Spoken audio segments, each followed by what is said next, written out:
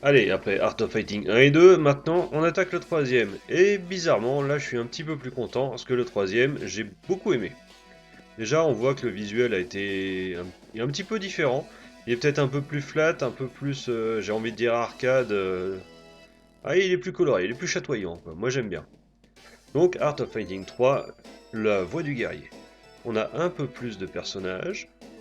Bon, la musique est plutôt pas mal, le choix des persos est plutôt sympa. On n'est pas dans les stéréotypes habituels, c'est plutôt cool. Et là, on voit tout de suite le système de combo qui a été un petit peu amélioré. C'est plutôt agréable. Le côté visuel très dynamique, un petit peu bande dessinée, est vraiment. Enfin, c'est un visuel que j'aime beaucoup en fait, ce côté-là, c'est assez sympathique. On retrouve la map qu'on avait dans les autres, entre chaque niveau. Et voilà, on a des personnages un petit peu plus sympathiques. Là, on voit le côté, je crois que c'est la rage. Quand on prend un peu trop de coups, on est en rage, hein, comme son nom l'indique. Et du coup, soit on tape un peu plus fort, mais on a une défense un petit peu plus faible. Donc l'habituelle petite phrase de fin, bon, on a l'habitude dans tous les jeux de voir ça.